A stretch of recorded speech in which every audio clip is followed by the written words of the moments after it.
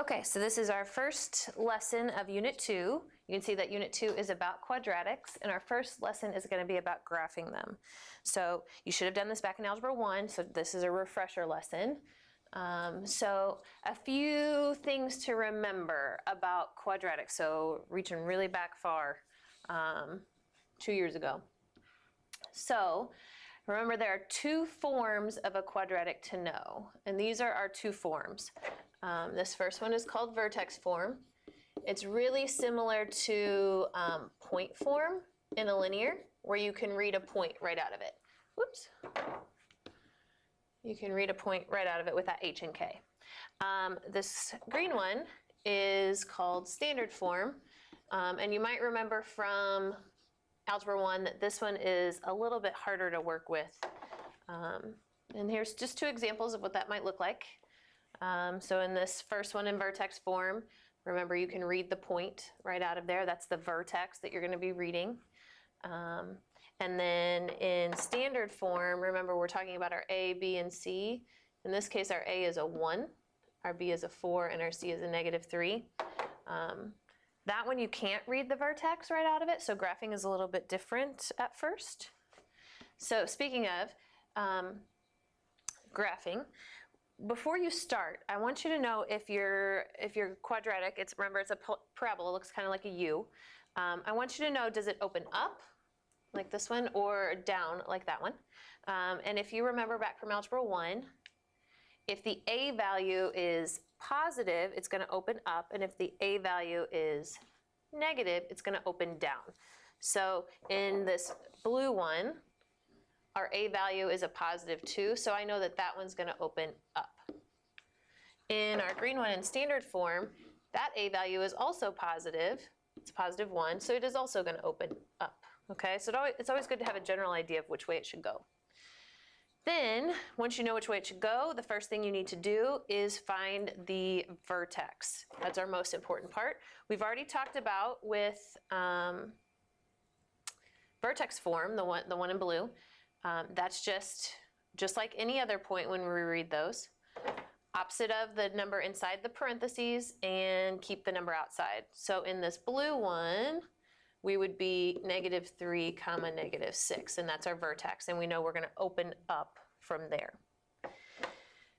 The standard form in green, this one was a little bit longer. If you remember, you have to take opposite of B, divide it by 2 times A, and then whatever you get for this, the X value, you have to plug that into the equation. So plug in X to find Y. And we'll do this here in a minute, so you can see if you remember doing that. And then the last thing is that the rate of change of a quadratic is twice the A value. So remember, these are not like absolute values or linears where your points are evenly spaced apart. They change. The space between them changes, and they change by twice A. So for that blue one, our A value, remember, was a 2. So if our A was a 2 in that first one, we know that our points, oops, not writing well, our points are going to be changing, the distance between them will be changing by 2 times that, or 4. And you'll see what that means in here in a little bit. Okay, so let's do some examples so that you can see what it means. So I've got two vertex forms here. This first one is the one we were already kind of looking at. Remember, the first thing you want to read out of this is the vertex. It's happening at +3, -6. So if I plot that, oh, did I change? Never mind. Did I change this one? Let me look back. Oh, it was a +3 on this first one. Okay, doesn't matter. We'll keep going. Okay, vertex is at -3, no, +3, -6. +3, -6. Here we go. All right, and then since our A value is 2, A equals a +2, we're going to open up. Now, our first stair step up will be 2. So I'm going to go up and out in both directions 2. But if I continued 2 every time, if I did that every time, this would not be a quadratic. If you were looking at this, if you did it like that, 2 every time, it'd be an absolute value. That's not what we want. So like I was saying with the rate of change, your rate of change is going to be changing by 2 times the A value, so changing by 4. So if my first stair step was up 2, now I need to change by 4. So I need to increase 4 more than 2. So I'm going to increase 6 this time. So my next stair step will go up 6. 1, 2, 3, 4, 5, 6, out 1. 1, 2, 3, 4, 5, 6, out 1. And if I did it again, my next stair step would be changing by 4 more, or 10. That's going to be off my graph though, so I don't need to worry about that. Okay, that's probably the hardest part, is remembering the rate of change. Let's try another one just to see if we can get it to stick with us. All right, so in the second example, our vertex is -4, 9. I'm going to go ahead and plot that. -4, 9. I know that my A is a -3, so I'm going to open down. And my first stair step will be down 3. Now again, I don't want to continue to go down 3, otherwise I'd be absolute value. Instead, my rate of change is going to be changing by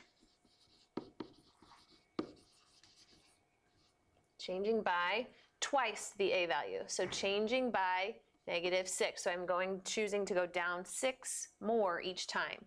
So if I go down 3 for my first step, 6 more than that would mean my next step is down 9. So from 6 down 9, I'd be here and here. And then my next step would be 6 more than what I did before. So down 15, which will be off my graph. Quadratics go off our graph pretty quickly. Okay, so there we go. That's vertex form. Vertex form's easy because you can read the vertex right out of it. Let's try a couple in standard form. So this first one, we cannot read the vertex out of it. So remember, the vertex is going to be opposite of B over 2A. So opposite of B is -4 over 2 times A is a 1. And then right now I'm just going to put question mark there. So let's see, our vertex, so this would be opposite of B over 2A. -4 divided by 2 is -2. And then to get my Y, I'm going to plug in my X value. So my X is -2. So I'm just going to plug that into my equation. -2 squared plus 4 times -2 minus 3. Then I'll know the Y that goes with -2. So when I plug that in, -2 squared is 4.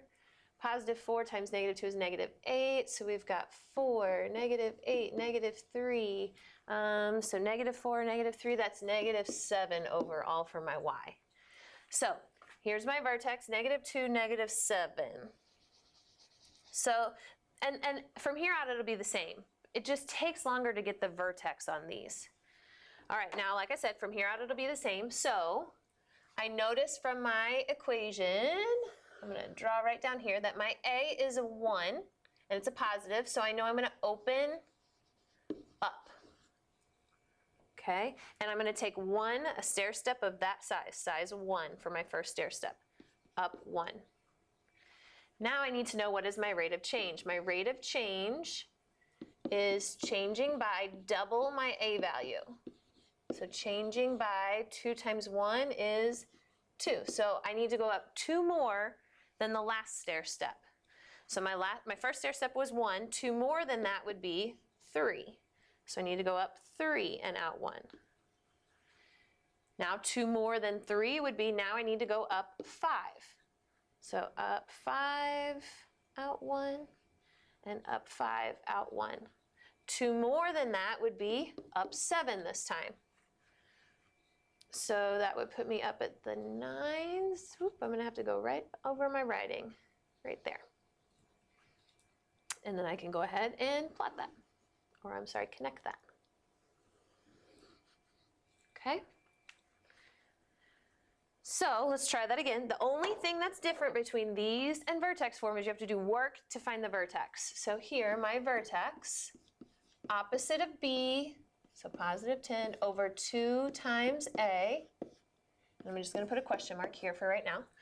Okay, so let's see. Opposite of B is 10 divided by 2 times -5. So 10 divided by -10 is -1. And then we'll plug in from there. All right, so y equals -5. Plug in -1 to see the y that goes with this. 1 squared is, I'm sorry, -1 squared is +1 times -5 is still -5. -10 times -1 is +10 and +5. So that puts us right at 10 for our y value. Okay, -1, 10. So we're right at the top of our graph. Okay, now we're going to check out our a value to see how we go from here. So our a value, a equals -5. So I know that I'm going to open down. And my rate of change is changing by -10, double of my a. So my first stair step is my a value. My first stair step is down 5. So that'll put me here and here. So down 5. My next stair step needs to be 10 more than that.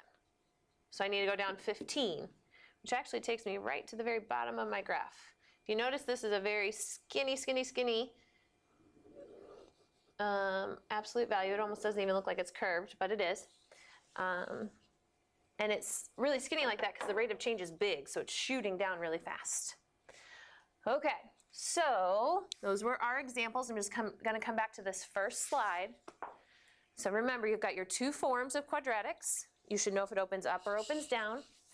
The way you find your vertex is slightly different depending on the form. And then you use the rate of change, double your a value, to plot the rest of your points. Okay, that's it.